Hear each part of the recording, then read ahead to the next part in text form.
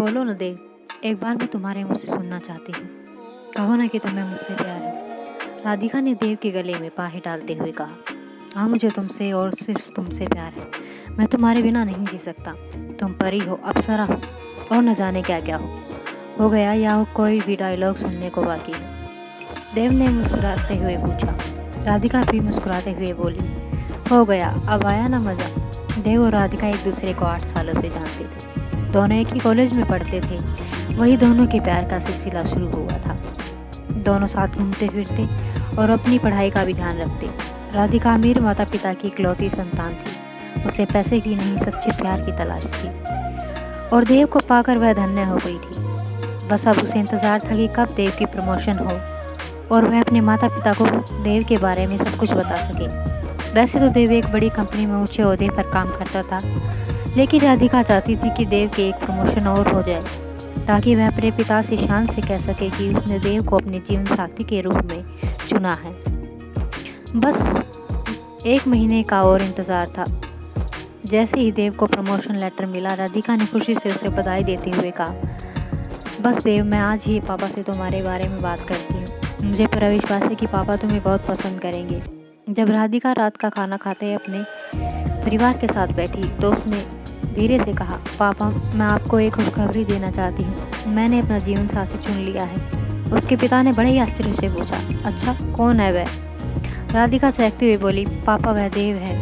आप कहें तो मैं कल उसे डिनर के लिए बुला लूँ ताकि आप और मम्मी उससे मिल सके। राधिका के पिता ने झट से हामी भर दी। अगले दिन देव राधिका के घर में था। उसे मिलकर राधिका के पिता बोले, हमें गर्व है कि अपनी बेटी पर हमें तुमसे यही उम्मीद थी ईशा।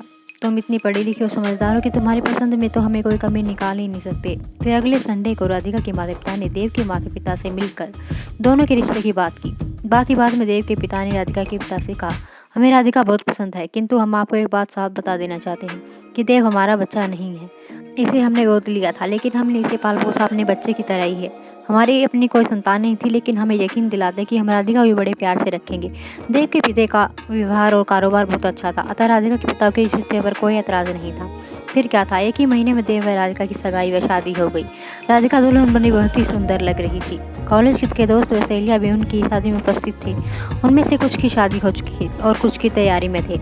सभी देव व राधिका को बधाई दे रहे थे। विदाई की रस्म पूरी हुई, राधिका देव के घर आ गई। देव के माता पिता भी चांद सी बहू पाकर बहुत खुश थे। आज देव व राधिका की पहली रात थी। उनका कमरा फूलों से सजाया गया था। पलंग पर हल्के गुलाबी रंग की चादर पर गहरे गुलाबी रंग की पंखुड़ियों को दिल के आकार में सजाया गया था। पूरा कमरा गुलाब की खुशबू से महक रहा था। उस पर सजी धजी राधिका इतनी खूबसूरत लग रही थी कि चांद की चमक भी फीकी पड़ जाए। रोज जींस टॉप पहनने वाली राधिका दुल्हन बनी इतनी सुंदर लग रही थी कि देव के मुंह से निकल ही गया, जी चाहता है इतने सुंदर चेहरे को आंखों में भर लूं और हर पल नजारा करूं। राधिका शर्मा का देव की बाहों में समा गई। अगली सुबह राधिका नहा धोकर हल्के नीले रंग की साड़ी पहन के किसी परी से कम नहीं लग रही थी। सुबह से उसकी सहेलियों के फ़ोन आने शुरू हो गए। सब चुटकियाँ ले पूछ रही थी कैसी रही पहली रात राधिका। उसका पूरा दिन इन चुहलबाजियों में ही बीत गया। राधिका भी सबको हंसकर एक ही जवाब देती, अच्छी रही, वंडरफुल। खैर 1 महीना बीत गया और दोनों का हनीमून भी खत्म हुआ। अब देव को 1 महीने की छुट्टी के बाद दफ्तर जाना था। दफ्तर जाते ही सभी पुराने दोस्तों का वही सवाल था कि कैसा रहा हनीमून, और जवाब में देव भी मुस्कुराकर बोला कि अच्छा रहा। दिन से तेजी से बीत रहे थे। हर शाम राधिका सजी थी देव के घर आने का इंतजार करती और रात को खाना खाकर दोनों छत पर लगे झूले में बैठकर चांदनी रातों में तारों को निहारा करते। प्यार की बातों में कब आधी रात हो जाती उन्हें मालूम ही नहीं पड़ता। देव के माता पिता भी राधिका से बहुत खुश थे।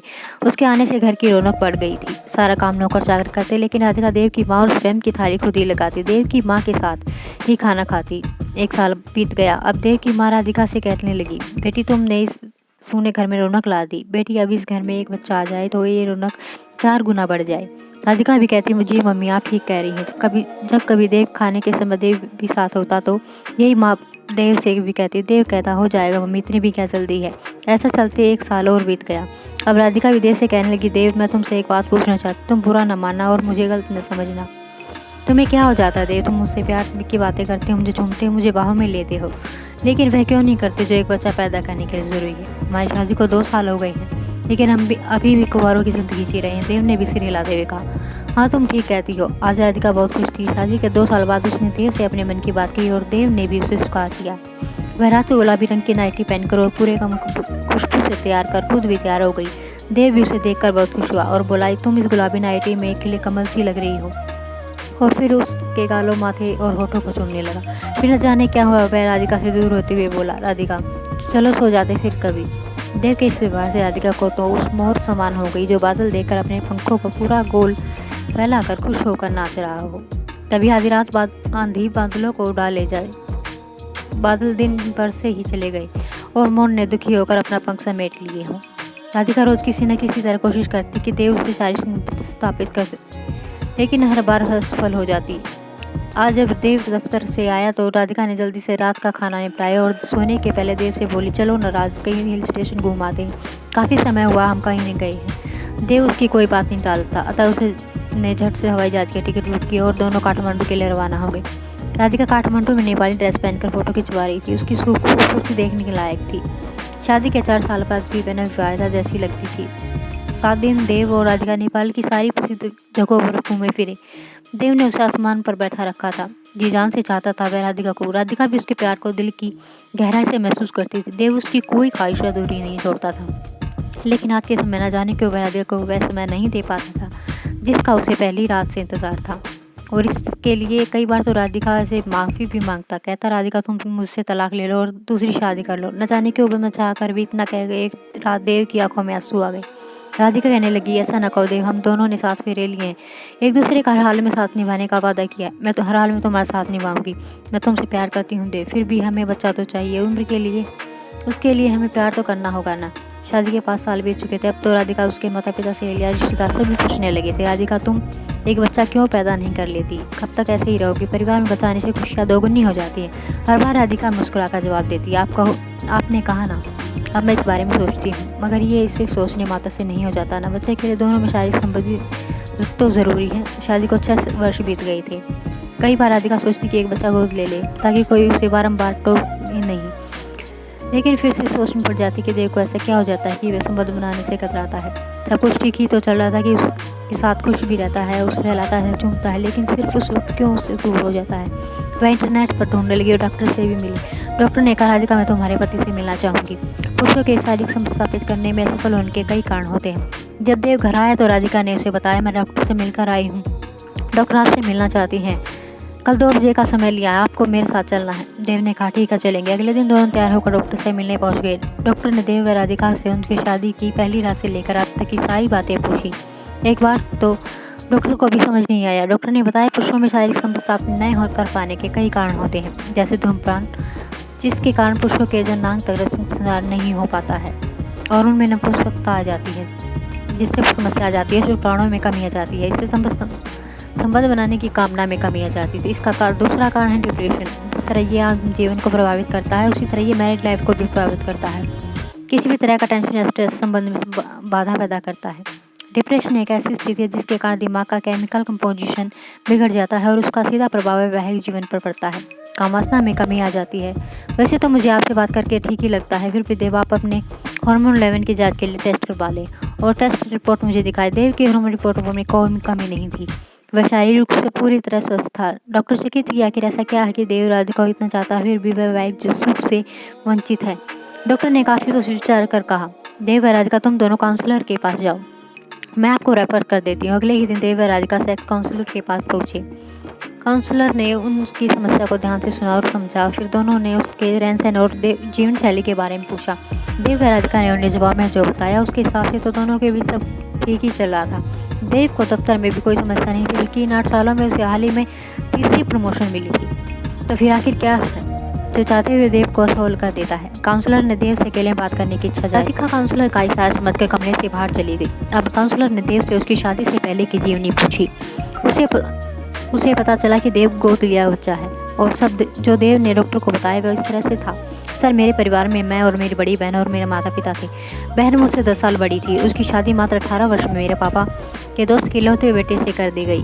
मेरे पापा ने अपनी वसीयत का ज़्यादा हिस्सा मेरे नाम और कुछ हिस्सा दीदी के नाम किया। अचानक एक कार एक्सीडेंट में मम्मी पापा की मृत्यु हो गई। उस समय मैं 8 वर्ष का था। दीदी के सिवा मेरा कोई नहीं था।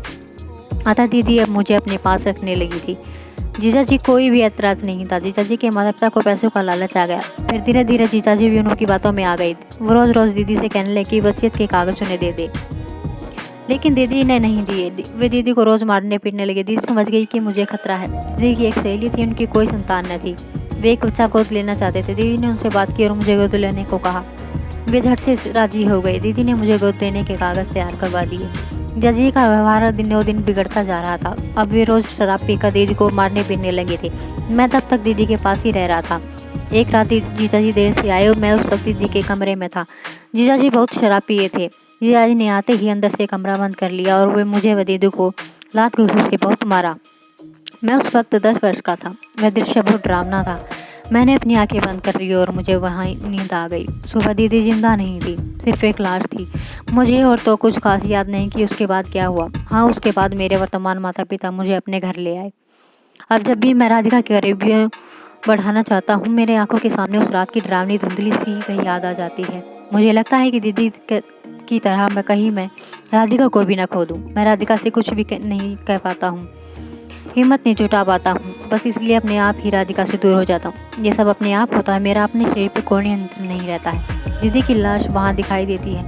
देव की सारी बातें सुनकर काउंसलर सब समझ गए कि क्यों चाहकर भी देव राधिका के साथ संपर्क में कम करने में असफल रहता है। काउंसलर ने देव को घर से जाने को कहा और अगले दिन आने को कहा। अगले दिन उन्होंने देव को प्यार से समझाया, देव, तुम्हारी दीदी को जीजा जी ने उन्हें लात घूंसों से मारा। इसी के कारण उन्हें कुछ अंदरूनी चोटें लगी थी और उसे दर्द को वह सहन नहीं कर पाई और मौत हो गई। आज इतने वर्षों बाद भी वह धुंधली सी याद तुम्हारे वैवाहिक जीवन को असफल कर रही है। काउंसलर ने राधिका से भी इस बारे में बात की। उन्होंने देव के वर्तमान माता पिता भी देव की स्थिति बताई। जब उन्होंने हकीकत मालूम हुई, उन्होंने देव की दीदी की मृत्यु की पोस्टमार्टम रिपोर्ट देव को दिखाई, जिसमें साफ लिखा था कि देव की दीदी की जान दिमाग पर पसलियों में चोट लगने से हुई थी, इसलिए उसके जीजा को उम्र कैद की सजा सुनाई गई थी। अब सारी स्थिति देव के सामने थी। राधिका देव को उस पुरानी याद से दूर ले जाना चाहती थी। अतः उसने गोवा में होटल बुक किया और देव से बात चलने का आग्रह किया। देव ने खुशी खुशी हामी भर दी। राधिका वहाँ देव को उसकी खूबियाँ बताते हुए कहने लगी, देव, तुम बहुत अच्छे नेक इंसान हो, होशियार हो। तुम्हें पाकर मैं धन्य हो गई हूँ। मैं तुम्हारी हार व जीत में तुम्हारे साथ हूँ। ऐसी बातें कहकर वह देव का मनोबल बढ़ाना चाहती थी। फिर रात के समय जैसे ही देव उसके करीब आकर उसके बालों को सहने लगा, तो वह कहने लगी, देव, जब तक तुम मेरे साथ हो मुझे कुछ नहीं होगा। हिम्मत करो देव। 7 दिन बस इसी तरह गुजर गई। अब देव का आत्मविश्वास लौटने लगा था। उस धुंधली याद की हकीकत वह समझ चुका था। राधिका ने देव की मम्मी व काउंसलर को खुशी से फ़ोन कर बताया, हम सफल हुए। हालांकि देव एक बार तो डर गया था। सफल होने के बाद वह काफ़ी देर तक राधिका को टकटकी लगाए देखता रहा। फिर कहने लगा, दुनिया तो सिर्फ तुम्हारी ऊपरी खूबसूरती देखती है राधिका। तुम्हारा दिल कितना सुंदर है। 8 वर्षों में तुमने मेरी सफलता को एक राज रखा और हर वक्त मुस्कुराती रही। आज मैं सफल हूँ तो सिर्फ तुम्हारे कारण। तुमने इतनी मेहनत की, इतना सहा और चेहरे पर शिकन भी ना आने दी। तुम्हारा दिल कितना सुंदर है राधिका, तुमसे सुंदर कोई नहीं। दोनों जब गोवा से लौटे तो उनके चेहरे पर कुछ अलग ही चमक थी। वह चमक थी विश्वास और प्यार की। इतना सहा और चेहरे पर शिकन भी ना आने दी। तुम्हारा दिल कितना सुंदर है राधिका, तुमसे सुंदर कोई नहीं। दोनों जब गोवा से लौटे तो उनके चेहरे पर कुछ अलग ही चमक थी। वह चमक थी विश्वास और प्यार की। देव की माँ ने भी बहुत खुश थी। 3 महीने बाद राधिका ने खुशखबरी दी कि वह माँ बनने वाली है। देव की माँ उसे ढेरों आशीर्वाद देते हुए बोली, मैं दुनिया की सबसे खुशहाल सास हूँ जिसे तुम जैसी बहू मिली।